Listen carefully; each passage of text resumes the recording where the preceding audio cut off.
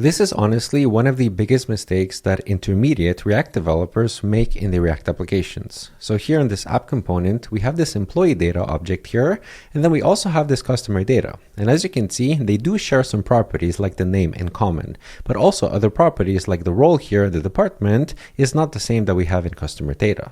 And the problem that most engineers do is they try to over-engineer things and they try to make things too reusable. For example, here, we're using the user card component and we're passing employee data here, and then we're specifying some props here that should relate only to the employee.